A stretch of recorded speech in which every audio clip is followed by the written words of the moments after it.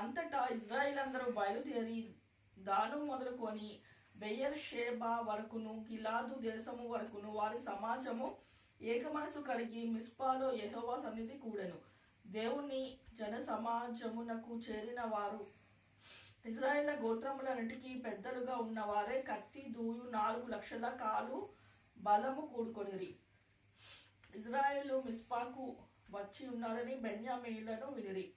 ఇజ్రాయేలు ఈ చెడుతనము ఎట్లు చేయబడెనో అది చెప్పుడని అడుగగా, చంపబడిన స్త్రీ పెనిమిటి అయిన లేవీయుడు ఉత్తరం ఇచ్చినదేమనగా, బెన్యామీయుల గిబియాలో రాత్రి బస చేయుటకై నేనును నా ఉపపత్ని వచ్చి ఉండగా గిబియా వారు నా మీదకు లేచి రాత్రి నేనున్న ఇల్లు చుట్టుకొని నన్ను చంపదలిచి నా ఉపపత్నిని బలవంతము చేయగా ఆమె చనిపోయాను. వారు ఇజ్రాయేల్లో దుష్కార్యము వెర్రి పనిని చేసిరని నేను తెలుసుకొని నా ఉపపత్నిని పట్టుకొని ఆమెను ముక్కలుగా కోసి ఇజ్రాయేళ్ల స్వాస్థ్యమైన దేశమంతటికి ముక్కలను పంపితిని. ఇదిగో ఇజ్రాయేలారా, ఇక్కడకే మీరందరూ కూడి ఉన్నారు. ఈ సంగతిని కూర్చి ఆలోచన చేసి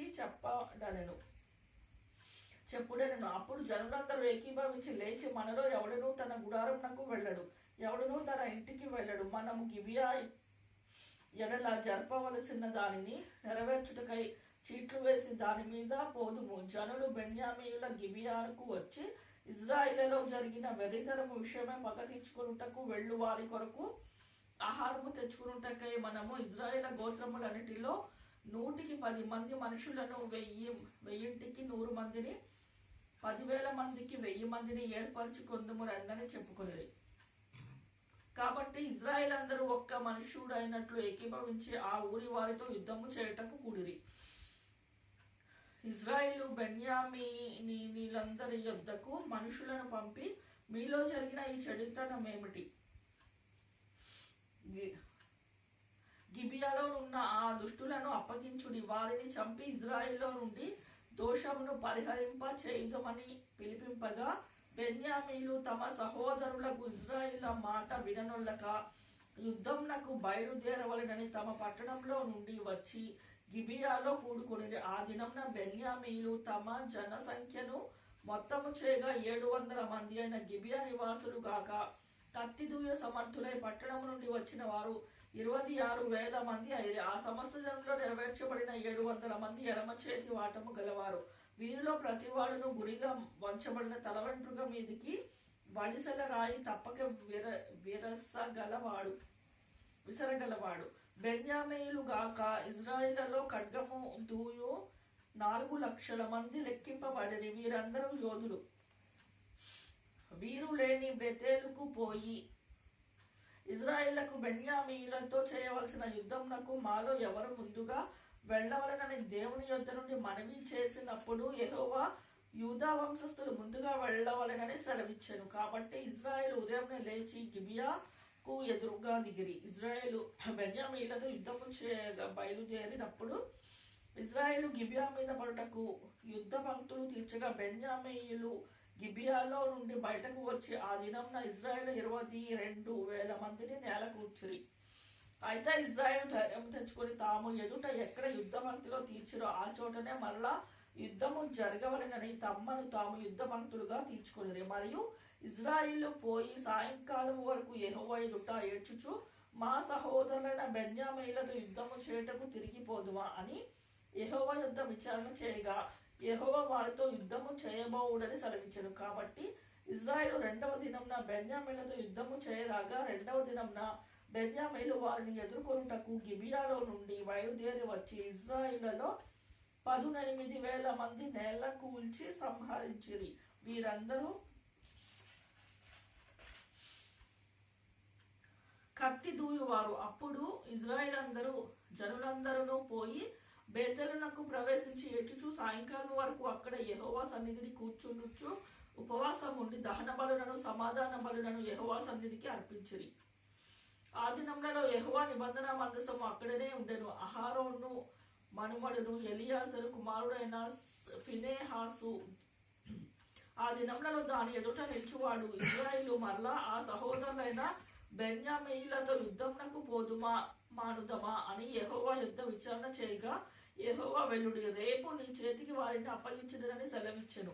అప్పుడు ఇజ్రాయేలు గిబియా చుట్టూ మాటుగాండ్రను పెట్టిరి. 3వ దినమున ఇజ్రాయేలు బెన్యామీయులతో కలిసి యుద్ధముకు పోయి మునుపటి వలె గిబియా వారితో యుద్ధము చేయటకు సిద్ధపడగా, బెన్యామీలు వారిని ఎదుర్కొంటకు బయలుదేరి పట్టణంలో నుండి తొలగి వచ్చి మునుపటి వలె ఇజ్రాయేలుతో గాయపడిన వారిని ఇంచుమించు 30 మంది మనుషులను రాజమార్గంలో చంపుచూ వచ్చి, ఆ మార్గంలో ఒకటి బెతేలునకు, ఒకటి పొలంలో ఉన్న గిబియానుకు పోవచ్చును.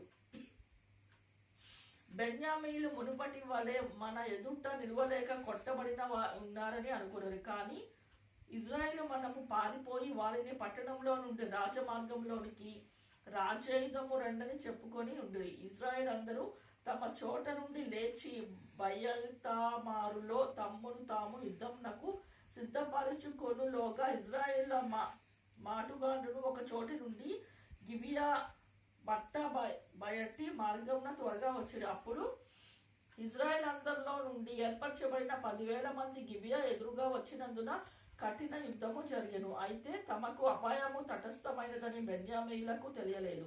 అప్పుడు యెహోవా ఇజ్రాయేళ్ల చేత బెన్యామీయులను హతము చేయించెను. ఆ దినమున ఇజ్రాయేలు బెన్యామీయులతో 25,100 మంది మనుషులను చంపిరి. వీరందరూ కత్తి దూయువారు. బెన్యామీయులు జరుగువాని చూచి తమను అపజయము కలగదని తెలుసుకొనిరి. ఇజ్రాయేలు తాము గిబియా మీద పెట్టిన మాటుగాండు నమ్మి బెన్యామీయులకు స్థలమిచ్చిరి. మాటునున్న వారు త్వరపడి గిబియాలో చొరబడి కత్తివాతను పట్టణములోని వారి అందరినీ హతము చేసిరి. ఇజ్రాయేలుకును మాటుగాండ్రకును నిర్ణయమైన సంకేతం ఒకటి ఉండెను. అదే దనగా వారు పట్టణంలో నుండి పొగ గొప్ప మేఘము వల్లే లేచునట్లు చేయుటయే.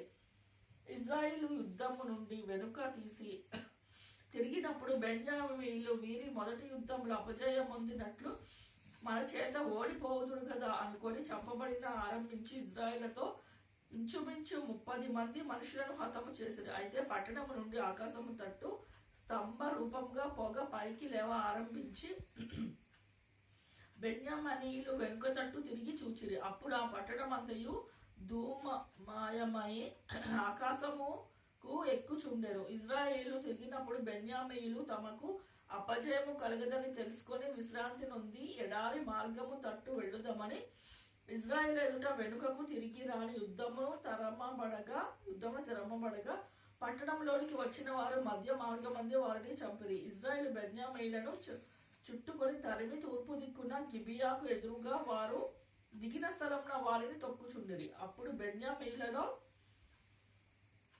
18,000 మంది మనుషులు పడిపోయారు. వీరందరూ పరాక్రమవంతులు. అప్పుడు మిగిలిన వారు తిరిగి ఎడారిలో ఉన్న రిమ్మోను బండకు పారిపోగా వారు రాజమార్గంలో చెదిరి ఉన్న 5,000 మంది మనుషులను చీలదీసి గిదోము వరకు వారిని వెంటాడి తరిమి వారిలో 2,000 మందిని చంపిరి. ఆ దినంన బెన్యామీయులలో పడిపోయిన వారందరూ కత్తి దూయి 25,000 మంది. వీరందరూ పరాక్రమవంతులు. 600 మంది తిరిగి ఎడారిలో ఉన్న రిమ్మోను కొండకు పారిపోయి రిమ్మోను కొండ మీద 4 నెలలు నివసించిరి. మరియు ఇజ్రాయేలు బెన్యామీయుల మీదకి తిరిగి వచ్చి పట్టణ నివాసులనేమి పశువులనేమి దొరికిన సమస్తమును కత్తివాత హతం చేసిరి.